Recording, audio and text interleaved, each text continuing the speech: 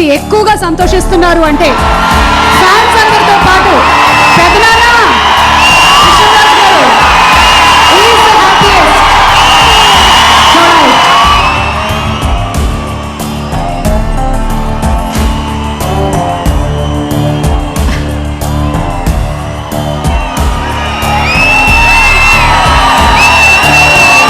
కృష్ణరాజు గారికి సాదర స్వాగతం పలుకుతున్నాము. On behalf of Arka and the whole team we welcome you sir. Thank you.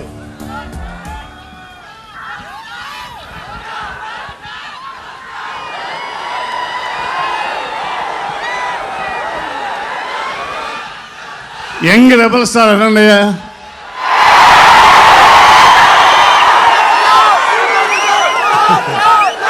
చాలా సంతోషం.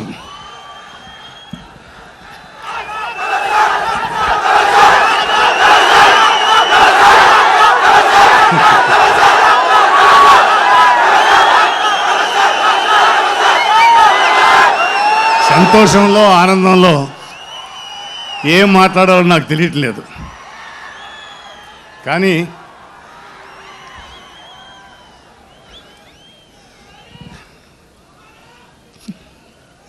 మరిచిపోలేంది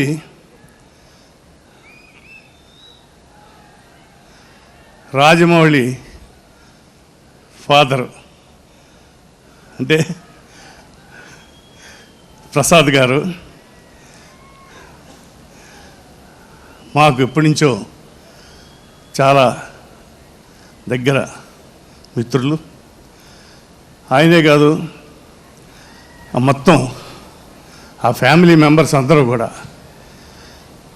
కీరవాణి గారు, కీరవాణి గారు అంటున్నాను నేను, కానీ మా వాడు కీరవాణి. మా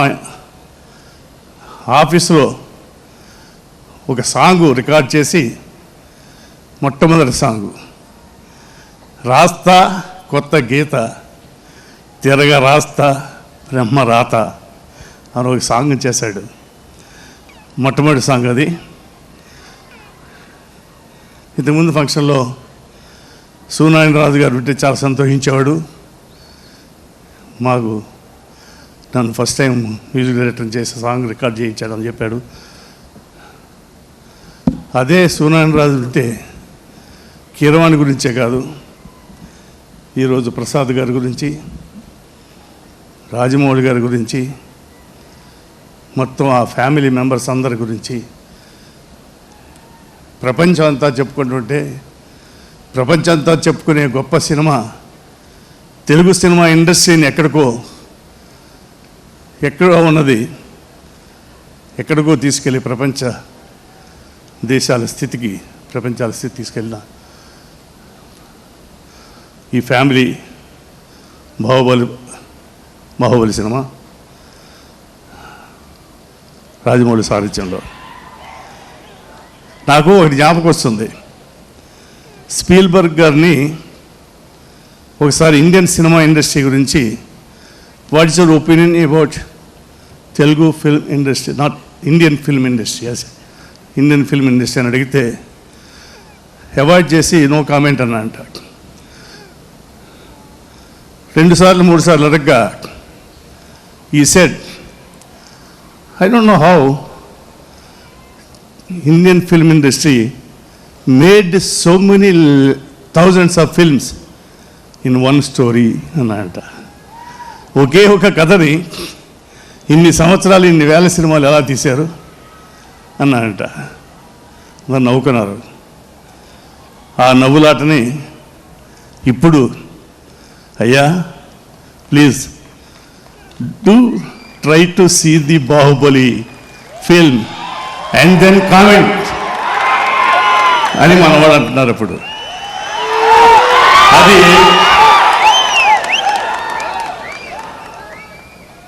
రాజమౌళి స్పీల్బర్గ్ అంత గొప్పవాడా అని అన్ను, అంతకంటే గొప్పవాడు అవుతాడేమో. కానీ ఆయన కళ్ళు తెరిపించి ఇండియన్ సినిమా ఇండస్ట్రీ కాదు, తెలుగు సినిమా ఇండస్ట్రీలో కూడా ఇంత గొప్ప డైరెక్టర్లు, ప్రొడ్యూసర్లు, టెక్నీషియన్స్, ఆర్టిస్టులు ఉన్నారు. అని నిరూపించడం అనేది నాకు గర్వంగా ఉంది. ఈ గర్వం ఎంతవరకు ఉందంటే, నేను చాలా సినిమాలు యాక్ట్ చేశాను. ఇది 50వ సంవత్సరం నాకు సినిమా ఇండస్ట్రీ. ఈ 50 సంవత్సరాల్లో ఎంతోమంది పొలిటీషియన్స్ని నేను కలవడం జరిగింది. ఆ పొలిటీషియన్స్ ఎవరైనా సరే సినిమా ఇండస్ట్రీ గురించి కానీ సినిమా గురించి కానీ మాట్లాడడం చాలా తేలిగ్గా, చాలా లోగ్గా మాట్లాడేవాళ్ళు. ఏదైనా ఫైనాన్స్ దగ్గరికి వస్తే ఎంతయ్యా మొత్తం అంతా కలిపితే మా చిన్న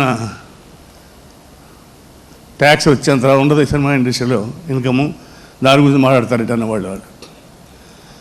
తర్వాత గొప్పతనం గురించి చూస్తే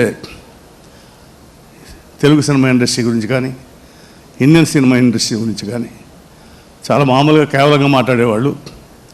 ఇప్పుడు ఈరోజు నేను ఢిల్లీ వెళ్తున్నా, మద్రాసు వెళ్తున్నా, ఎక్కడికి వెళ్తున్నా బాహుబలి బాహుబలి బాహుబలి బాహుబలి బాహుబలి సినిమా, బాహుబలి సినిమా, కట్టప్ప, బాహుబలి.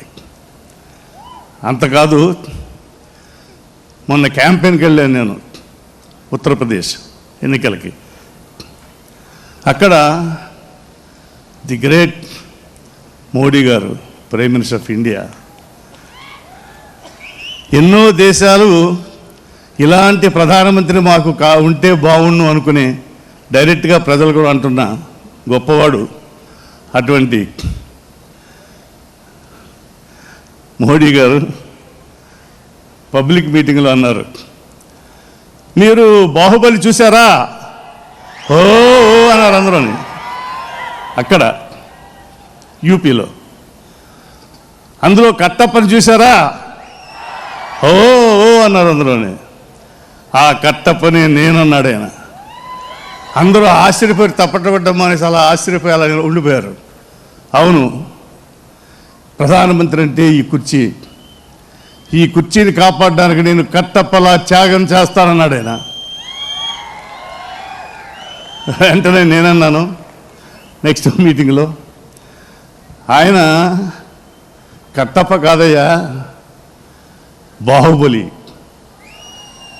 ఈ 120 కోట్ల మంది భారతీయులకి ప్రధానమంత్రి, మహారాజు. ఆ కుర్చీని ఆయన్ని కాపాడుకోవడానికి మేమంతా ఉన్నాం కట్టప్పలం. 120 కోట్ల మంది కట్టప్పలు ఉన్నారయ్యా అని చెప్పి నేను అంతే తప్పట్లు కొట్టేశారు మొత్తం. అంటే నేను చెప్పదలుచుకుంది ఏంటంటే, సినిమా ఇండస్ట్రీని ఈ సినిమాతోటి ఎంత ఎత్తుకి మాస్ లెవెల్లో కానీ, ప్రజల్లో కానీ, నాయకుల్లో కానీ, పొలిటీషియన్స్లో కానీ, ప్రపంచ దేశాల్లో ఉన్న గొప్ప గొప్ప వాళ్ళు కూడా మాట్లాడుకునే పరిస్థితికి తీసుకురావడానికి కష్టపడి కృషి చేసిన ఈ కుటుంబానికి రాజమౌళి ప్రసాద్ గారు, కీరవాణి గారు, వల్లి గారని చెప్తున్నారు, రమాదేవి గారని చెప్తున్నారు. ఈ సినిమాలో రమ్యకృష్ణ గారి క్యారెక్టరు ఎంత బ్యాక్ బోనో అంత ఈ సినిమా ప్రొడక్షన్కి, ప్లానింగ్కి, ఈ సినిమా ఇలా రావడానికి కారకులైన లేడీస్ ఈ ముగ్గురికి కూడా నేను శిరస్సు నుంచి పదాబంధనం చేస్తున్నాను. ఎందుకంటే అందరూ మామూలే. ఇప్పుడు సినిమా రావడానికి నాకు చిన్న నవ్వు వస్తుంది. ఎందుకంటే ఆ ఫ్యామిలీ అందరూ కూడా మంచి బాగా భోజనం చక్కగా పెడతారు, భోజనం బాగా భోజేస్తారు. భోజనం టేబుల్ మీద కూర్చుని కూడా ఈ 3-4 సంవత్సరాలు బాహుబలి గురించే మాట్లాడుకుంటారు వీళ్ళు, నా ఉద్దేశ ప్రకారం. ఎందుకంటే కథ, డైరెక్టర్, ఇంకన్నీ మిగతా అందరూ కూడా కీరవాణి గారు మా అన్నయ్య అన్న అంటాడు. కీరవాణి గారిని అడిగారు ఓ రోజు, రాజమౌళి మ్యూజిక్ని ఇంత బాగా చేయించడానికి, ఇంత బాగా రావడానికి ఏం కావాలని అడుగుతాడంటే, నాకు ఏది వద్దో చెప్తాడండి, ఇది కావాలని చెప్పడు అన్నాడు ఆయన. ఏది వద్దు అంటే అక్కడ ఉంది పాద్ది, ఈ పాద్ది, నాకు వద్దు అన్నట్టుగా అనమాట. ఒక చిన్న ఇది ఇలాగే చెప్పుకుంటూ పోతే ఎంతో ఉంది. I don't take much time of yours. చాలా సంతోషం. 4 సంవత్సరాలు ప్రభాస్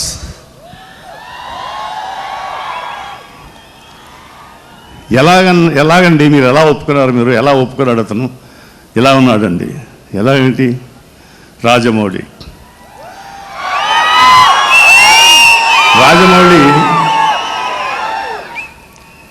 ప్రభాస్ తండ్రి నా తమ్ముడు సూనారాజు, రాజమౌళి గారన్నా ప్రసాద్ గారన్నా కుటుంబం ఎంతో ఇష్టం.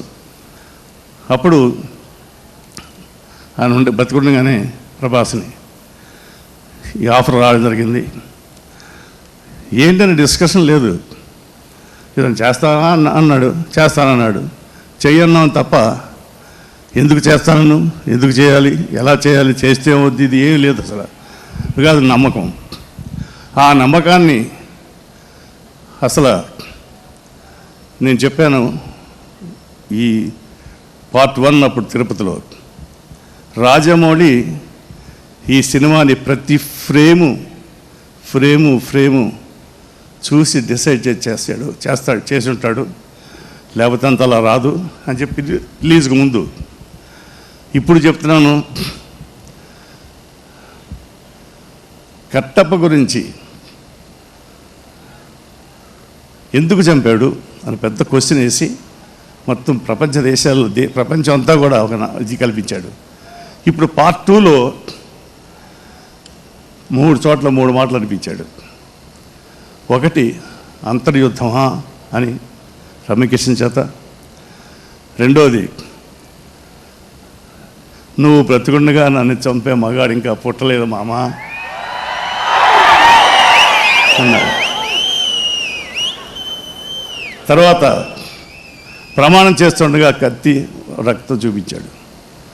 దీన్ని బట్టి అర్థం చేసుకోండి అయ్యా, ఎవరు చంపారు, ఎందుకు చంపారు. నాకు ఏమి తెలియదు. నేను ఎప్పుడు షూటింగ్ కూడా ఒకే ఒక రోజు షూటింగ్కి వెళ్ళాను. నేను కథ ఎప్పుడు వెళ్ళలేదు. రాజమౌళి గారు నాకు కథ చెప్పని అడగలేదు, ఆయన చెప్పలేదు, ప్రభా చెప్పలేదు, ఎవరు చెప్పలేదు. ఎందుకంటే తెలుస్తూ ఉంది, కనిపిస్తూ ఉంది, బ్యూటిఫుల్గా వస్తుందని చేస్తున్నారని. సో ఈ ట్రైలర్ చూస్తుంటేనే సెకండ్ బాహుబలి 2 ఎవరో అన్నారు 1000 కోట్లు అన్నారు. గంగరాజు గారు చాలా బాగా అన్నారు, వాడి పని కష్టానికి 1000 కోట్లు సరిపోతాయా అని. వాళ్ళు చేసిన దానికి 1000 కోట్లు కాదు, అంతకంటే ఎక్కువ చేస్తారు, డిఫరెంట్గా ఎక్కువే చేస్తుంది. ఎందుకంటే శ్రమ కనిపిస్తుంది స్క్రీన్ మీద. సో ఇటువంటి మహా సినిమాని ఇక్కడ ఇంతమంది వచ్చి చూసి ఆనందిస్తున్నందుకు, నన్ను పిలిచి మాట్లాడమన్నందుకు నాకు చాలా ఆనందంగా ఉంది, చాలా సంతోషంగా ఉంది. ఇంకా ప్రభాస్ ఏం చెప్పను, ఒకే ఒక మాట చెప్పగలను. నేను యాక్ట్ చేసినప్పుడు సినిమాల్లో కొంతమంది పెద్దలు అనేవారు, కొంచెం రియలిస్టిక్గా న్యాచురల్గా, రాఘవేంద్రరావు లాంటి వారు మన వాళ్ళంతా కొంచెం న్యాచురల్గా దగ్గరగా చేస్తున్నావు, ఎమోషనల్గా బాగా చేస్తావు అని నన్ను అనేవారు. అది నేను ఏదో 45% 50% ఫీల్ అయ్యాను. కానీ ఈరోజు బాహుబలి 1 చూసిన తర్వాత, ఈ ట్రైలర్ చూసిన తర్వాత ప్రభాస్ 100కి 75-80% రియలిస్టిక్ న్యాచురల్ పెర్ఫార్మెన్స్కి దగ్గరగా వెళ్ళాడు. నేను కనిపించినప్పుడు చూడగానే కనిపించాను, రావయ్య హాలీవుడ్ స్టారు అని. సో ఆ లెవెల్కి ఎదగడానికి కారణం కూడా రాజమౌళి. ఎందుకంటే రాజమౌళికి ఆ ఇంట్రెస్ట్ అది లేకపోతే అది తీసుకోవడం కష్టం. ఇప్పుడు నేను కూడా న్యాచురల్గా చేద్దామని వెళ్ళేవాడిని, కానీ డైరెక్టర్లకు కావాల్సినట్టు చేయాలా, కథ రాసిన వాళ్ళకి రాసినట్టు చేయాలా. అందుకని నా కోసం నేను మన ఊరు పాండవులు అనే సినిమా తీసుకున్నాను. అప్పుడు నేను మేకప్ లేదు, యాక్టింగ్ లేదు, ఏమీ లేదు, రియల్గా న్యాచురల్గా చేయడానికి అంత కష్టపడి మేము వచ్చాము. ఈరోజు రాజమౌళి ఆ రకంగా ప్రభాసం తయారు చేసినందుకు, అతను తయారైనందుకు, ఇంతమంది మీ ఫ్యాన్స్ సంతోషంగా ఆదరిస్తున్నందుకు నేను మనస్ఫూర్తిగా అభినందిస్తున్నాను. మరొకసారి ఆ కుటుంబ సభ్యులందరికీ తల వంచి నమస్కరిస్తూ సెలవు తీసుకుంటున్నాను. జై Hind.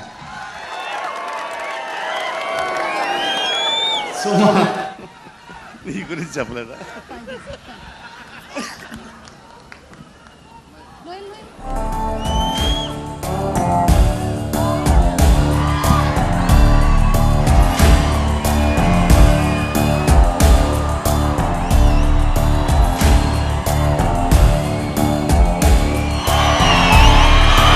I think this is the best part that Karanji understands. Speeches are all gone. Maximum Mr. Rana is trying to translate it to you. Absolutely. వీళ్ళంత వరకు మా రాణా గారు ట్రాన్స్లేట్ చేస్తున్నారు కరణ్ జోహర్ గారికి స్పీచ్లు అన్నీ కూడాను. మిగిలిన ఎమోషన్స్ అన్నీ